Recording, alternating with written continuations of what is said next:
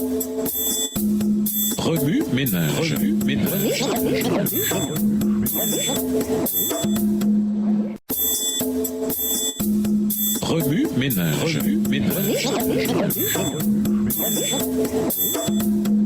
Bienvenue dans votre émission Remue-ménage. Nous voilà à la leçon 3 allant du 14 au 20 janvier.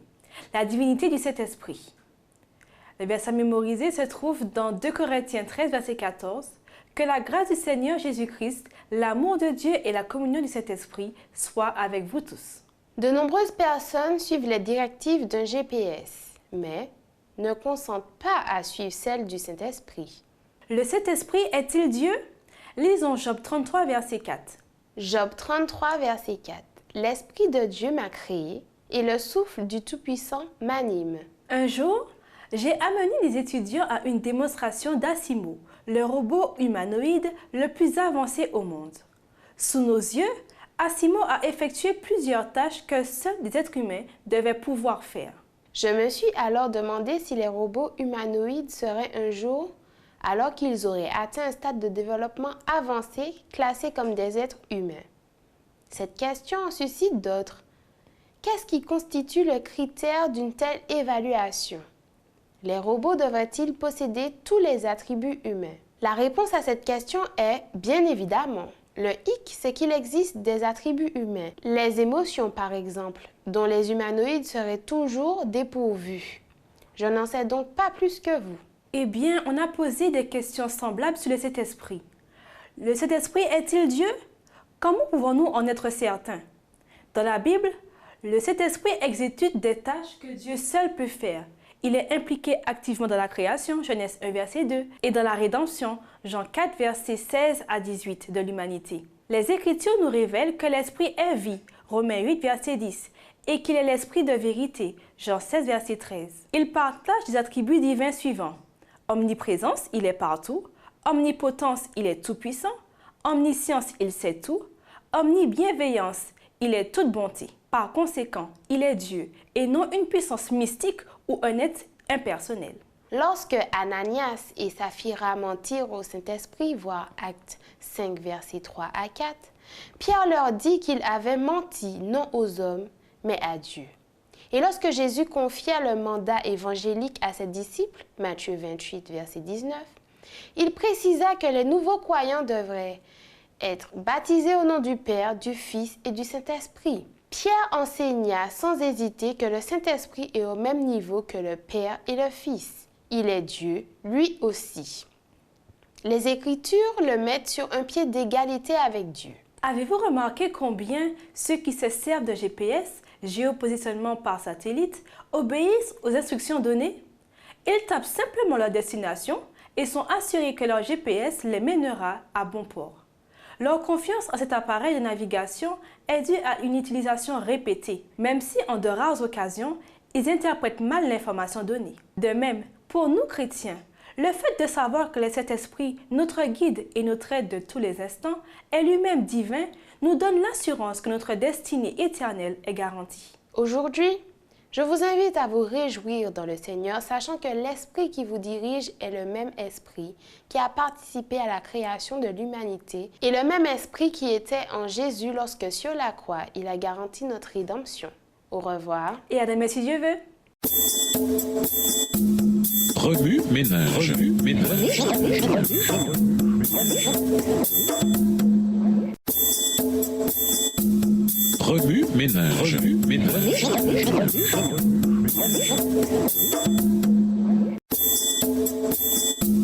Remue-ménage.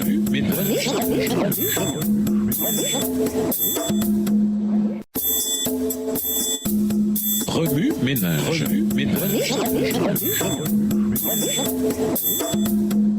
Bienvenue dans votre émission Remue-ménage. Nous voilà au dimanche 15 janvier 2017. L'identité du Saint-Esprit. Des esprits différents. Lisons Exode 28, verset 3. Exode 28, verset 3.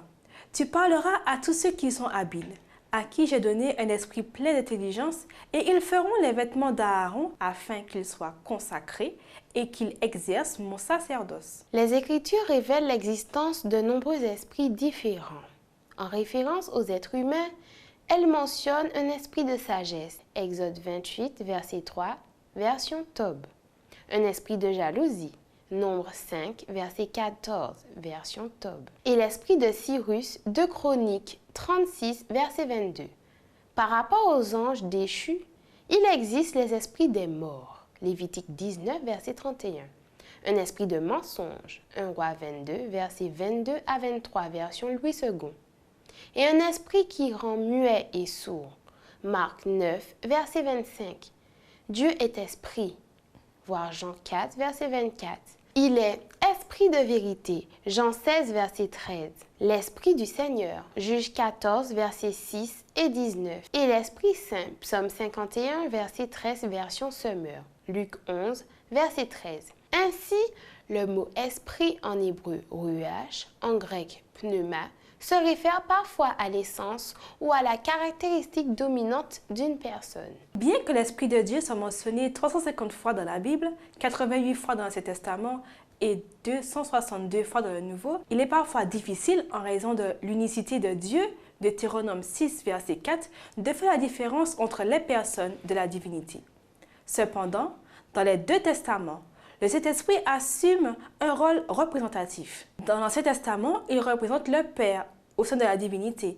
Exode 31, verset 1 à 5, Proverbe 1, verset 23, Ésaïe 63, verset 10 à 14. Dans le Nouveau Testament, il représente le Christ après sa résurrection. Jean 14, verset 17 et 18, 15, verset 26 et 16, verset 13. En tant qu'agent actif, on le voit souvent à l'œuvre, personnifiant et manifestant le caractère divin dans et à travers le peuple de Dieu et ses représentants. Parce qu'il est divin, l'Esprit peut restaurer la nature divine dans l'humanité déchue. 1 Pierre 1, verset 2, 2 Pierre 1, verset 4. Le Saint-Esprit est-il Dieu? Lisons 2 Corinthiens 13, verset 14. 2 Corinthiens 13, verset 14.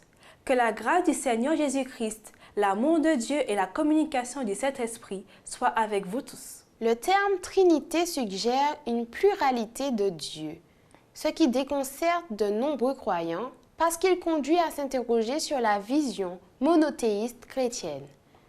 Les premiers chrétiens firent l'expérience de Dieu en Jésus-Christ. Néanmoins, ce dernier les exhorta à prier son et notre Père en son nom.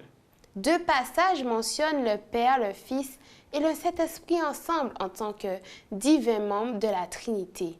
Le mandat évangélique, Matthieu 28, versets 19 et 20, et la bénédiction trinitaire de Paul, 2 Corinthiens 13, verset 14. Bien entendu, les épithètes Père, Fils et Saint-Esprit appartiennent à un vocabulaire post-chute.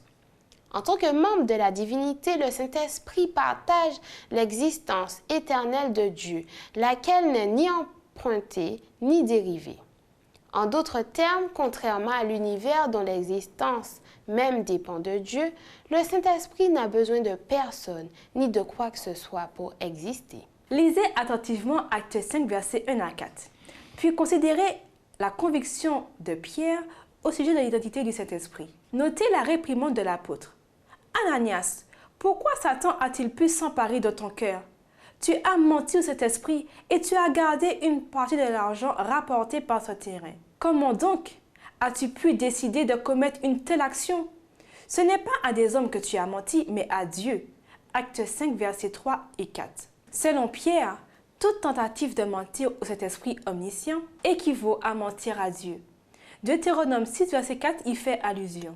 Le Seigneur notre Dieu est le seul Seigneur. La relation entre Dieu le Père, Dieu le Fils et Dieu le Saint-Esprit est une unité inséparable au-delà de toute compréhension humaine. Les attributs divins du Saint-Esprit. Lisons Psaume 139, verset 7. Psaume 139, verset 7. Où irai-je loin de ton esprit, et où fuirai-je loin de ta face? Dieu est souverain. Par conséquent, Dieu le Père, Dieu le Fils et Dieu le Saint-Esprit, la divinité, ont en commun des attributs significatifs de la souveraineté divine, l'omnipotence, l'omniscience, l'omniprésence, l'omnibienveillance, l'immuabilité, sa nature inébranlable et l'immortalité pour ne mentionner que cela. Considérez les exemples suivants applicables au Saint-Esprit. Le Saint-Esprit est présent partout, omniprésent. Où pourrais-je aller loin de toi? Ou fuir loin de ta présence? Psaume 139, verset 7. Dieu est tout-puissant, omnipotent. Avec Dieu, rien n'est impossible. Marc 10, verset 27. À la question de Marie, comment cela sera-t-il possible? Luc 1, verset 34, l'ange répondit, le Saint-Esprit viendra sur toi et la puissance du Dieu très haut te couvrira comme d'une ombre.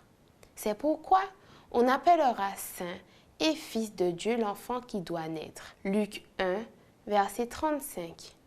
Par conséquent, le Saint-Esprit possède une puissance créatrice. Cette puissance fut la source de force de Paul dans son ministère. Romains 15, verset 19. L'Esprit sait tout. Il est omniscient. Il sonde et connaît toutes choses. 1 Corinthiens 2, versets 10 et 11. Voir aussi Ésaïe 40, versets 13 et 14. Le Saint-Esprit est éternel. Hébreux 9, verset 14. Par conséquent, il possède l'immortalité. 1 Timothée 6, verset 16. C'est lui qui nous remplit de l'amour divin. Romains 5, verset 5. L'Esprit de vérité, le consolateur. Lisons Nombre 14, verset 11.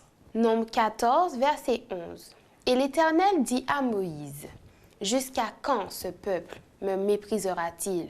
Jusqu'à quand ne croira-t-il pas en moi, malgré tous les prodiges que j'ai faits au milieu de lui? » Bien qu'il existe de nombreuses sortes d'esprits, ces esprits, excepté les Saint-Esprit, ne possèdent pas les attributs divins distinguant Dieu de tous les autres. Dieu est le Père de tous les bons esprits. Cependant, aucun esprit n'existe si ce n'est pas la volonté et la permission de Dieu le Père, de la même manière que tous les pécheurs existent par la volonté et la permission de Dieu. Cependant, tout comme une personne peut être identifiée par son ADN et ses empreintes digitales, le Saint-Esprit peut être identifié en tant que vrai Dieu par ses attributs divins et la position qu'il occupe. Dans Nombre 14, verset 11, l'auteur ne se réfère pas à Moïse, le dirigeant humain auquel, semble-t-il, les Israélites résistaient. Selon Ésaïe 63, versets 10 et 11, c'était Dieu, le Saint-Esprit, représentant le Père qui était parmi eux au sein même de leur camp. Il était leur conseiller et leur guide.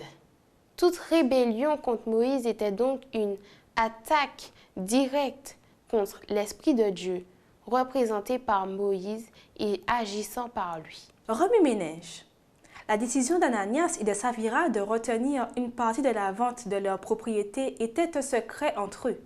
Comment Pierre découvrit-il la conspiration du couple?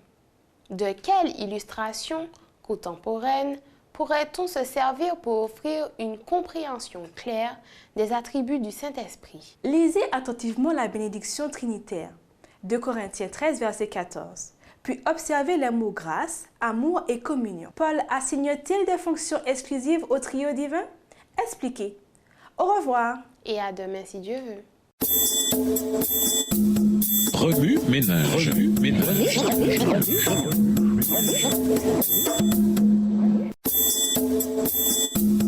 Remue-ménage.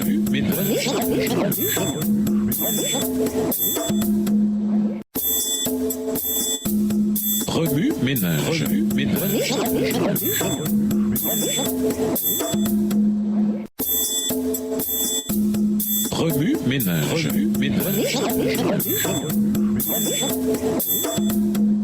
Bienvenue dans votre émission. Remue-ménage. Nous voilà au lundi 16 janvier.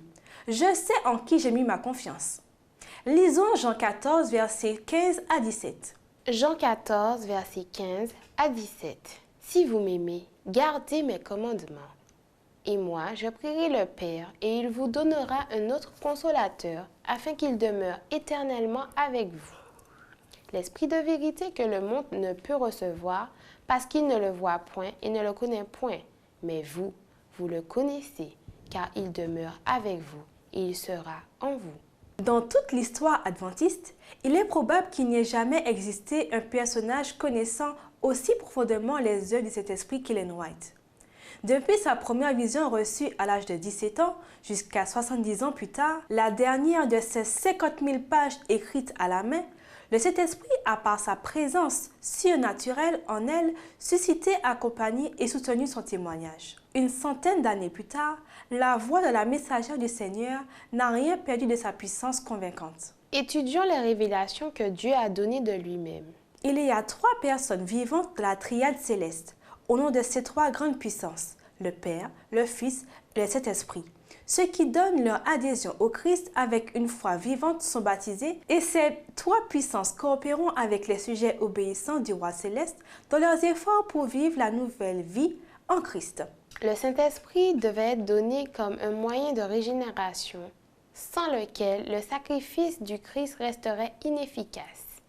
La résistance au péché et la victoire ne seraient rendues possibles qu'au moyen de la 3e personne de la divinité, qui viendrait non pas avec un pouvoir amoindri, mais avec la plénitude de la puissance divine. C'est l'Esprit qui nous permet de bénéficier de l'œuvre accomplie par le Rédempteur du monde. C'est l'Esprit qui rend le cœur pur. C'est par l'Esprit que le croyant devient participant de la nature divine. Le Saint-Esprit possède une personnalité. Sinon, il ne pourrait pas rendre témoignage à et avec notre esprit que nous sommes enfants de Dieu. Il est aussi de toute évidence une personne divine. Autrement, il n'aurait pas la faculté de pénétrer les secrets cachés dans la pensée de Dieu. Le Saint-Esprit exalte et glorifie le Sauveur. Sa mission consiste à nous présenter Jésus-Christ. Lorsque les épreuves enténèbrent l'âme, souvenez-vous des paroles du Christ. Souvenez-vous qu'il est une présence invisible en la personne du Saint-Esprit. Il sera votre paix, votre consolation. Le soleil de justice chassera vos ténèbres et vous donnera l'assurance qu'il est avec vous. Remue-ménage. Il existe 2 descriptions du Saint-Esprit, impersonnelle et personnelle.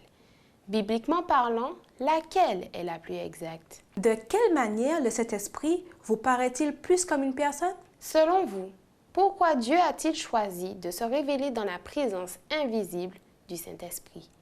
Au revoir. Et à demain si Dieu veut. Remue-ménage. Remue-ménage.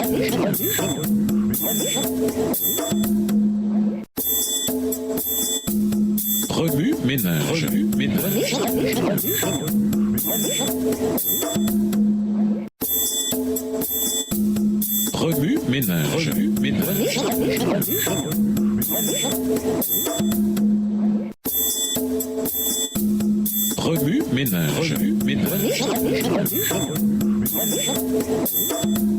Bienvenue dans votre émission Remue-ménage. Nous voilà au mardi 17 janvier 2017. L'amour et la divinité exprimés à travers le Saint-Esprit. 2 Corinthiens 13, verset 13. Tous les saints vous saluent. La Bible est claire. Toute écriture est inspirée de Dieu. 2 Timothée 3, verset 16. Dans une bénédiction épistolaire, Paul console ses lecteurs par le soutien de la Trinité. Que la grâce du Seigneur Jésus-Christ, l'amour de Dieu et la communion du Saint-Esprit soient avec vous tous. 2 Corinthiens 13, verset 13. L'apôtre semble attribuer une tâche spécifique à chacun des membres de la divinité. La grâce à Jésus-Christ, l'amour à Dieu et la communion au Saint-Esprit. Plus loin, les Écritures enseignent que les fruits du Saint-Esprit sont l'amour, la joie, la paix, la patience, la bienveillance, la bonté, la fidélité, la douceur et la maîtrise de soi. Galates 5, versets 22 à 23. Ces attributs sont-ils seulement ceux du Saint-Esprit? Dans cette bénédiction, Paul attribue la grâce à Jésus. Mais qu'est-ce que la grâce? Nous en voyons l'exemple ultime à la croix, où Jésus procure le salut à l'humanité coupable. Cécile Frances Alexander fait écho à cet acte d'amour suprême de Dieu en ces termes. Personne d'autre n'était suffisamment bon pour payer le prix du péché. Jésus seul pouvait nous ouvrir le ciel et nous y faire entrer. L'essence de la grâce est, par conséquent, l'amour de Dieu. Voir Éphésiens 2, versets 8 à 10. Le Webster's Unabridged Dictionary, 1983, définit la communion en ces termes.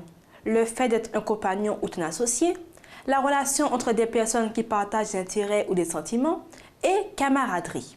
Paul exhorte les chrétiens à ne pas communier avec les démons, voir 1 Corinthiens 10, verset 20, parce que deux personnes ne peuvent marcher ensemble sans en avoir d'abord convenu. Amos 3, verset 3.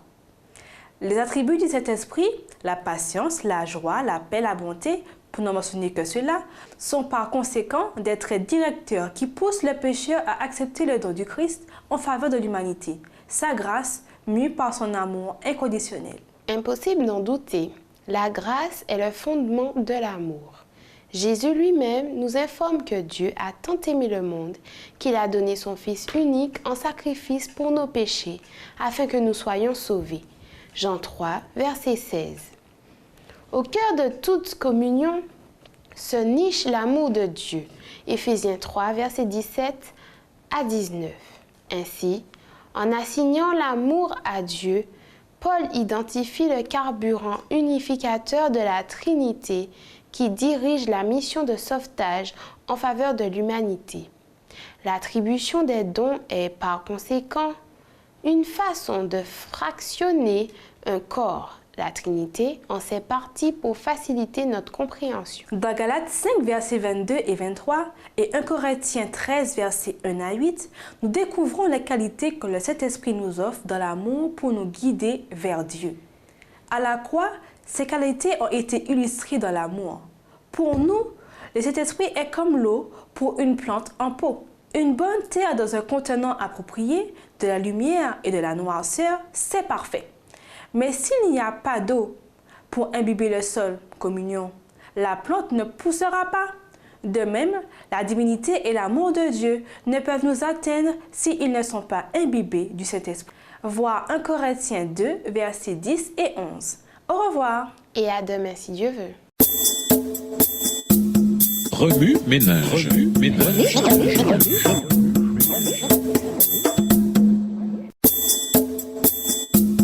Remue ménage.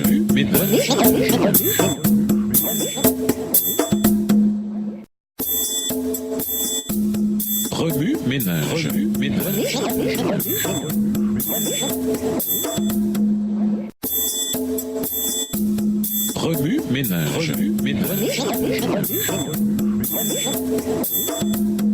Bienvenue dans votre émission Remue ménage. Nous voilà au mercredi 18 janvier 2017. Ne le savez-vous pas? Lisons 1 Thessaloniciens 5, versets 16 à 19. 1 Thessaloniciens 5, versets 16 à 19. Soyez toujours joyeux, rendez grâce en toutes choses, car c'est à votre égard la volonté de Dieu en Jésus-Christ. N'éteignez pas l'esprit. Peut-on vraiment prier sans cesse? Dès que nous saisissons la nature du Saint-Esprit, nous constatons que c'est possible. Le Saint-Esprit est partout. Psaume 139, verset 7. Il manifeste la puissance de Dieu sur la terre. Romains 15, verset 19. L'Esprit est un don par lequel Dieu révèle des choses inconnues. 1 Corinthiens 2, verset 10. Le consolateur que Jésus a promis dirige nos pensées. Jean 14, verset 26. Influence nos actes, intercède pour nous et couvre nos faiblesses. Romains 8, versets 26 et 27. Le Saint-Esprit prouve l'œuvre de Dieu en nous. 1 Jean 3, verset 24. Quelqu'un vous a-t-il déjà fait remarquer que vous êtes désintéressé dans une situation donnée? Peut-être s'agissait-il d'une situation où vous ne vous attendiez ni à un merci, ni à une récompense. Reconnaissez-vous la pertinence d'une telle remarque? Si oui, alors soyez conscient que c'est le Saint-Esprit qui vous a poussé à agir de façon altruiste. Égoïste comme nous sommes, il nous arrive souvent d'éviter de faire le 1000 supplémentaire. Personne d'autre ne le fait, pourquoi le ferais-je? Souvenons-nous, si nous permettons au Saint-Esprit de guider nos actes, peu importe nos circonstances, nous construirons alors notre caractère pour l'éternité. Pour être les représentants de Dieu, il nous faut comprendre notre mission. Un mot gentil, un sourire, une pensée positive, un coup de main, un merci sont des moyens de faciliter le travail du Saint-Esprit dans notre vie. Toutes ces choses sont en réalité différentes formes de prière et de coopération constante avec le Saint-Esprit dans l'accomplissement de la volonté de Dieu. Ne résistons jamais aux incitations du Saint-Esprit. Matthieu 12, versets 31 à 33. 1 Thessaloniciens 5, verset 19 et Hébreux 3, versets 7 et 8. Y résister, c'est se priver soi-même de la puissance de faire le bien. Acte 2, verset 1 à 5. Ne savez-vous pas que vous ne vous appartenez pas à vous-même? 1 Corinthiens 6, verset 19. Au lieu d'attendre passivement que l'Esprit œuvre en nous, pourquoi ne pas le chercher activement? Prions, étudions la Bible et cherchons de tout notre cœur la volonté de Dieu pour nous. Alors, le Saint-Esprit, l'enseignant, nous guidera et nous poussera à faire le mille supplémentaire. L'heure est venue de le mettre à l'épreuve. Remue-ménage. Le fait de se réjouir est-il lié à notre réception du Saint-Esprit? Pourquoi? Dès que vous comprenez par la foi que la puissance du Saint-Esprit est avec vous, qu'avez-vous le courage de faire? Vous réfléchissez à Dieu, votre guide, et à sa majesté, tandis que vous marchez dans la nature. Vous rédigez un essai de mémoire, vous lavez la vaisselle avec efficacité. Vous regardez les merveilles du ciel. Vous dites un simple merci. À votre avis, ces rapports avec Dieu font-ils partie de la prière continuelle? Expliquez. Au revoir. À demain si Dieu veut. Remue-ménage. Remue-ménage.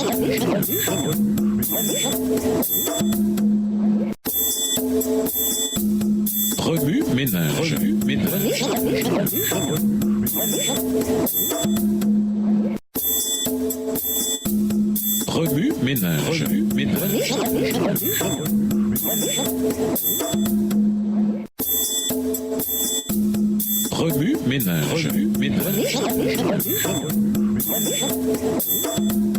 Bienvenue dans votre émission. Remue-ménage. Nous voilà au jeudi 19 janvier. Une impression centrée sur Dieu. Lisons Psaume 139, verset 7. Psaume 139, verset 7. Où irai-je loin de ton esprit, et où fuirai-je loin de ta face? Les attributs divins du Saint-Esprit ne sont rien de moins. L'influence constante qu'il exerce sur nous vise à créer une impression centrée sur Dieu. Ses concurrents immédiats sont les médias sociaux, bien financés et en constante évolution, de même que la puissante influence de nos pères, laquelle nous éloigne insidieusement de la sainteté et nous rapproche du péché. Au cœur même de cette tempête mondaine, le Saint-Esprit nous guide vers un abri sûr pour notre salut et la vie éternelle. Lorsque Marie apprit à Bassaudi qu'elle porterait le Fils de Dieu, notre Sauveur Jésus-Christ, l'ange la rassura. La plus haute puissance prenait les choses en main. Luc 1, verset 35. Bien que nous soyons chrétiens, il nous arrive de traverser des situations de crise.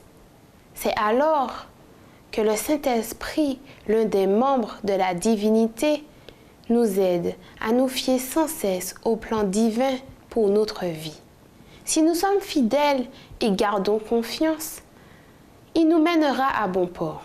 Tandis que Paul prêchait l'Évangile, le Saint-Esprit opéra par lui des signes et des prodiges reflétant la nature de Dieu et rendant l'Évangile plus réel pour ses auditeurs. Romains 15, versets 17 à 19. Dès que nous laissons le Saint-Esprit habiter en nous, ses attributs se manifestent dans notre vie. Amour, joie, patience, bonté, bénignité, fidélité, douceur, maîtrise de soi. Voir Galates 5, versets 22 à 23. Ces dons merveilleux qu'il nous accorde nous permettent d'exercer une sainte influence sur ce que nous rencontrons. Les êtres humains sont facilement séduits par les attraits du monde moderne. Des enfants et des jeunes tuent des membres de leur famille, des voisins, des profs, des camarades de classe à coups de fusil. D'autres se suicident. Certains se laissent tenter par la fantaisie et l'opulence au point de devenir des passeurs de drogue. Ils cachent sur eux des drogues pendant des vols long courriers, drogues qui souvent les tuent. Et s'ils se font prendre, ils écopent de lourdes sentences. La brutalité de certains policiers et le meurtre de policiers sont monnaie courante de nos jours. Toutes ces activités coupables soulignent l'absence du Saint-Esprit chez les individus incriminés. Quel contraste avec ceux qui, animés du Saint-Esprit, rayonnent de joie, de paix, de bienveillance et de maîtrise de soi. Le Saint-Esprit sonde les profondeurs de Dieu. 1 Corinthiens 2, verset 11. Il est partout, tout le temps et à travers l'éternité. Il était là bien avant la fondation de l'univers et participa à la conception et à la naissance de Jésus. Il fut avec Jésus qui, à 12 ans, impressionna les prêtres érudits dans le temple. Il l'accompagna lors de son ministère, de son procès, de sa crucifixion et de sa résurrection. Jésus connaissait les attributs du Saint-Esprit et savait combien l'humanité en avait besoin. C'est pourquoi, lors de son ascension, il déclara à ses disciples qu'il leur était avantageux qu'ils s'en aillent parce qu'il leur enverrait un consolateur, le Saint-Esprit, doté des attributs divins. Celui qui leur enseignerait toutes choses. Jean 16, versets 7 et 8, ainsi que le verset 12 à 15, sera avec nous jusqu'à la fin des temps. Rabbi Ménage, pourquoi faire de cet esprit l'influence la plus importante de notre vie? Comment pouvez-vous encourager un collègue à permettre au Saint-Esprit de faire ce qu'aucun être humain ne peut faire pour lui? Au revoir. Et à demain si Dieu veut. Remue-ménage. Remue-ménage.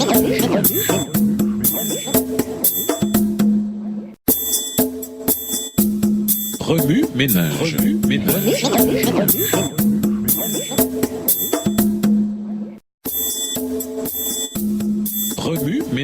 Remue-ménage.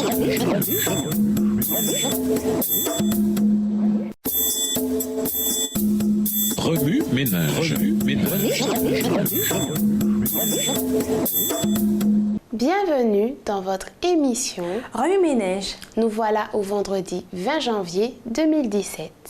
Dieu, le Saint-Esprit. Lisons Job 33, verset 4. Job 33, verset 4. L'Esprit de Dieu m'a créé et le souffle du Tout-Puissant m'anime. Pour conclure, le Saint-Esprit est la troisième personne de la divinité. Dieu vivant en nous et avec nous. Ce Saint-Esprit qui nous dirige est le même esprit qui, en raison de sa divinité, créa l'humanité et fut en Jésus au moment où il garantit notre rédemption sur la croix. Il personnifie et manifeste le caractère de Dieu. Le Saint-Esprit est un don par lequel Dieu nous révèle les choses inconnues. Le consolateur promis par Jésus dirige nos pensées, influence nos actes, intercède en notre faveur et couvre nos faiblesses, nous rendant ainsi capables d'exercer une saine influence sur ceux avec qui nous entrons en contact. Coffre aux idées.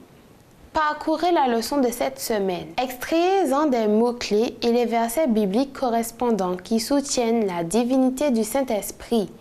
Réalisez un collage de ces mots-clés et suspendez-le là où vous pourrez le voir.